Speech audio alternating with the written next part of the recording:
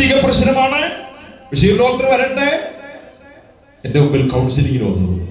കുട്ടിയെ നിരന്തരം ചോദ്യം ചെയ്തപ്പോഴാണ് കാര്യം മനസ്സിലാക്കിയത്. ഞങ്ങളോട് പിടിച്ചു നിൽക്കാൻ പറ്റത്തില്ല, കുട്ടികളായാലും മുതിർന്നവരായാലും. മനോരോഗ ചികിത്സയിലോട്ട് മറച്ചു വെക്കാൻ പറ്റത്തില്ല. നിങ്ങൾ മറച്ചു വെച്ചാൽ ഞങ്ങൾ ചോദ്യങ്ങൾ ചോദിക്കും. ആ ചോദ്യത്തെ എവിടുന്നെങ്കിലും ഒരു ക്ലൂ വീണ് കിട്ടും, അതേ കയറി തൂകും.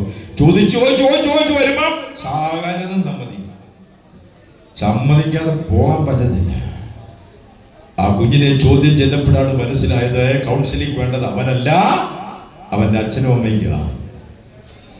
ഈ കുടുംബത്തിൽ രാത്രി 9 മണി കഴിഞ്ഞാൽ ഗേറ്റ് അടച്ചാൽ, ഡോർ അടച്ചാൽ മാതാപിതാക്കൾ തമ്മിൽ കടുത്ത വഴക്കാണ്. അത് കണ്ടായി കുഞ്ഞു വളരുന്നത്. ആ ക്രിമിനൽ വാസനയാണ് മോഷണ സ്വഭാവം. അവന് പൈസ ആവശ്യം ഉണ്ടായിട്ടല്ല, മെന്റൽ അപ്സെറ്റ് ആണത്. 2 ഒന്നേ ഞാൻ പറഞ്ഞുള്ളൂ, ക്രിമിനൽ വാസന. 2 അടികൂടുന്ന ദമ്പതികളെ കണ്ടുവളരുന്ന മക്കൾക്ക് മെന്റൽ റിട്ടാർഡേഷൻ വരും. What is retardation? Symptoms of retardations. മനഃശാസ്ത്രം പഠിപ്പിക്കുന്നു അതിന്റെ ലക്ഷണങ്ങൾ. അടികൂടുന്ന ദമ്പതികളുടെ മക്കൾക്ക് ആങ്കർ, കോപം കൂടുതലായിരിക്കും. ആൻസൈറ്റി, ഉത്കണ്ഠ കൂടുതലാ.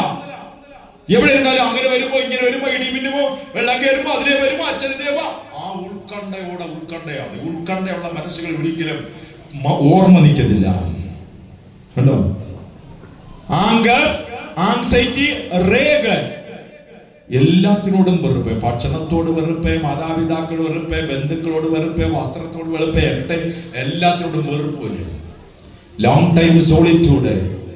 അനേക സമയം കുട്ടി തനിച്ചിരിക്കും, ആരും അടുത്തില്ലാതെ. മൊബൈലും എടുത്ത് മുറി അടച്ചാൽ ഇറങ്ങി വരില്ല. ബാത്റൂമിൽ കയറി അങ്ങനെ ഇരുന്ന് കയറി ഇറങ്ങി വരുന്നില്ല. മാനസിക പ്രശ്നമാണ്. പിന്നെയോ